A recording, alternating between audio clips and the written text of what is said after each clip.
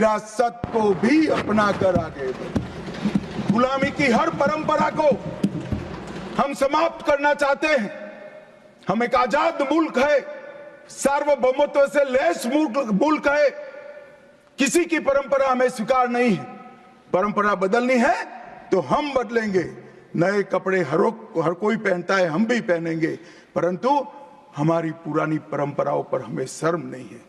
और मान्यवर क्या किया नरेंद्र मोदी ने, राजपथ जो अंग्रेज सम्राट के सम्मान में नाम रखा गया था, उसका नाम बदलकर कर्तव्य पथ रखा। इंडिया गेट पर किंग पंचम जॉर्ज की मूर्ति लगी थी, मूर्ति हटा दिया, शर्म के मारे में स्थान खाली था। हमने वहां सुभाष बाबू की प्रतिमा लगा। मान्यवर, नेवी का चिन्ह जो देकर गए थे वही चलता था। हमने वीर छत्रपति शिवाजी महाराज की नेवी के चिन्ह को हमने भगवान बिरसा मुंडा की 150वीं जयंती को जनजातीय गौरव वर्ष के रूप में मनाया। राष्ट्रीय युद्ध स्मारक हमने बनाया और राष्ट्रीय युद्ध स्मारक में अमर जवान की ज्योति को विलीन करने का काम भारतीय जनता पार्टी के नेता नरेंद्र मोदी ने। संसद के अंदर राजा जी ने जो उदात्त भावनाएं व्यक्त की थी, जिसको जवाहरलाल जी ने भी स्वीकारा था, मगर बाद में शर्म का एहसास हुआ, सेंगोल को इलाहाबाद के म्यूजियम में भेज दिया। नरेंद्र मोदी जी ने विधिवत तरीके से सेंगोल को संसद के अंदर प्रस्तावित कर नई संसद बनाई और विश्व भर में चोरी की गई मूर्तियां, आर्टिफैक्ट्स जो थे वो 345 हजारों साल पुराने हमारे मूर्तियां और आर्टिकल्स, उसको वापस लाने के लिए हमारे विदेश मंत्रालय ने काम किया। न्यू एजुकेशन पॉलिसी, पूरा देश अंग्रेजी में चले, ऐसे षड्यंत्र चले इतने सालों तक। न्यू एजुकेशन पॉलिसी में हमने कंपलसरी कर दिया बच्चे की प्राथमिक शिक्षा मातृभाषा में होगी। मान्यवर, मातृभाषा में आईएएस आईपीएस का एग्जाम नहीं दिया जाता था, हमने वहां मातृभाषा में एग्जामिनेशन को किया। अभी तमिलनाडु के सदस्य बोल रहे थे, पहले आप जिनके साथ बैठे हो उनके शासन में तमिल में आईएएस आईपीएस का पेपर नहीं लिख सकते थे।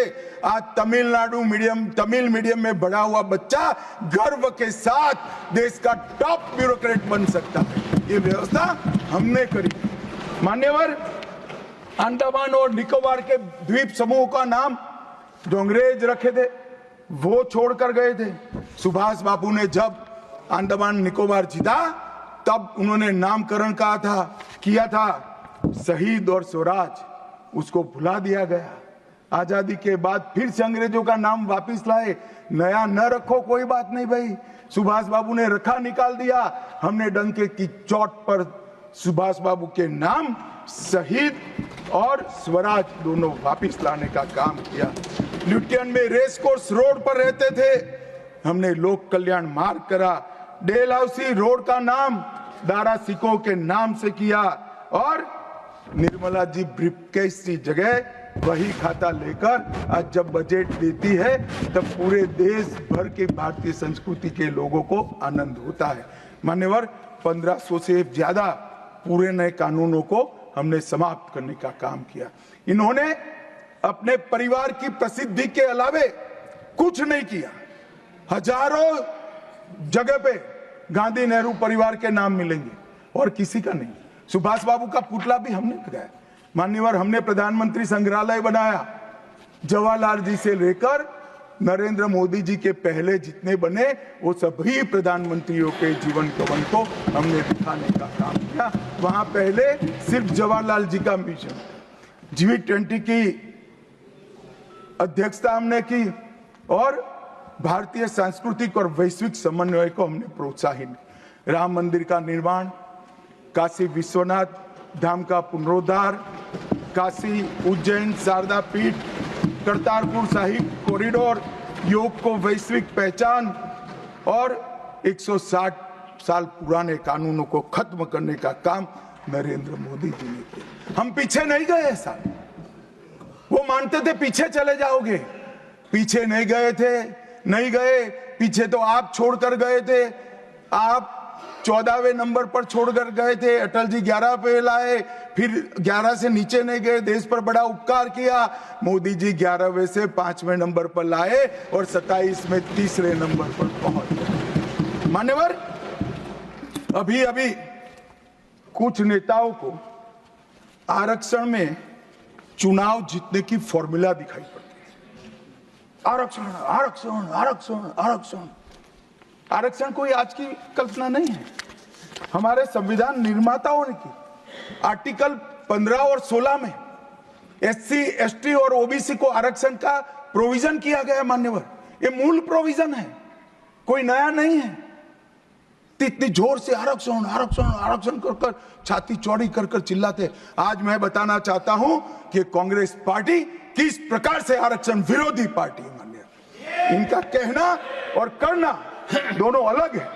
मान्यवर, आरक्षण के लिए नेहरू जी के उद्गार अंत में मैं बताऊंगा, परंतु OBC को आरक्षण देने के लिए 1955 में काका साहेब कालेलकर कमीशन बना। मान्यवर, इसका रिपोर्ट कहां है?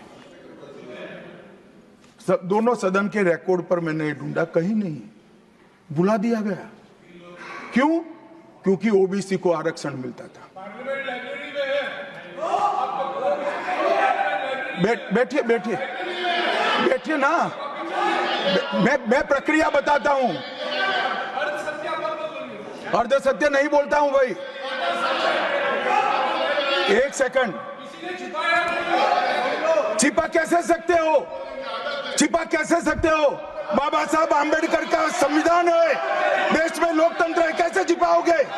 मान्यवर, कोई भी रिपोर्ट आता है, कोई भी रिपोर्ट आता है, अरे सुनो, कोई भी रिपोर्ट आता है उसको कैबिनेट के सामने रखना पड़ता है, फिर इस पर कार्यवाही जो की उसकी रिपोर्ट के साथ संसद के सामने रखना है। सही कह रहे हैं, उन्होंने संसद में लाने की जगह पुस्तकालय में रख दिया। OBC का आरक्षण इन्होंने लाइब्रेरी में रख दिया। और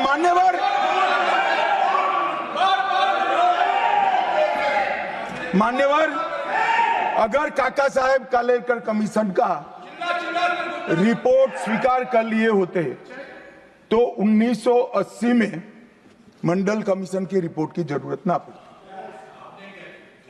मंडल कमीशन का रिपोर्ट कमीशन ही इसलिए बनाया गया क्योंकि काका साहेब कालेलकर कमीशन का रिपोर्ट स्वीकारा नहीं, और 80 में मंडल कमीशन का भी रिपोर्ट आ गया, किसी ने इसका अमल नहीं किया।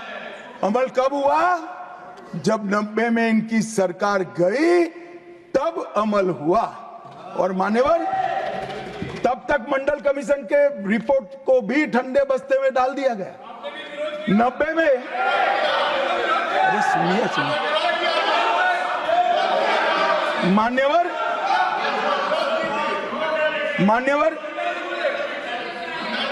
मंडल कमीशन के रिपोर्ट को जब स्वीकार किया गया, लोकसभा में प्रतिपक्ष के नेता थे श्रीमान राजीव गांधी।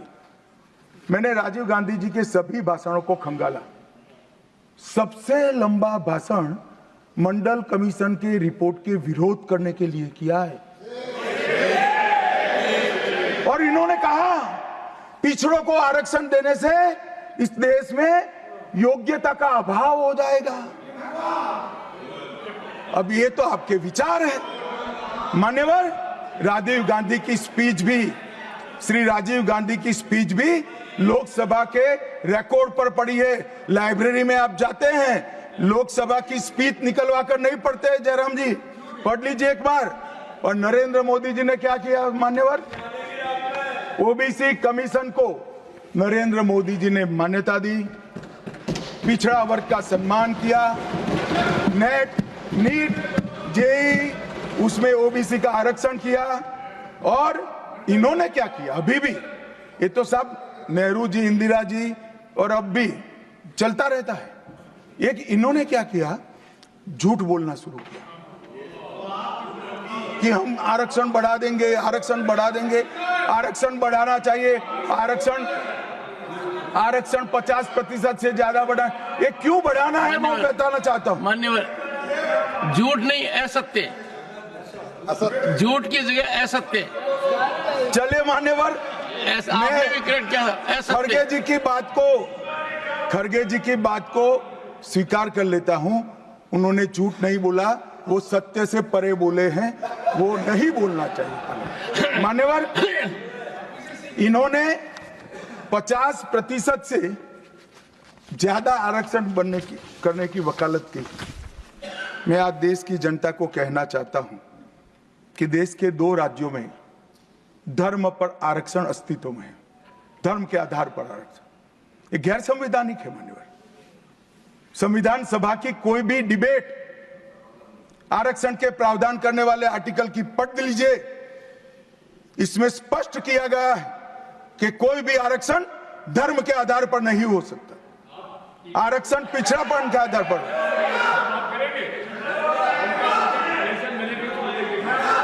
मान्यवर, मगर दोनों राज्यों में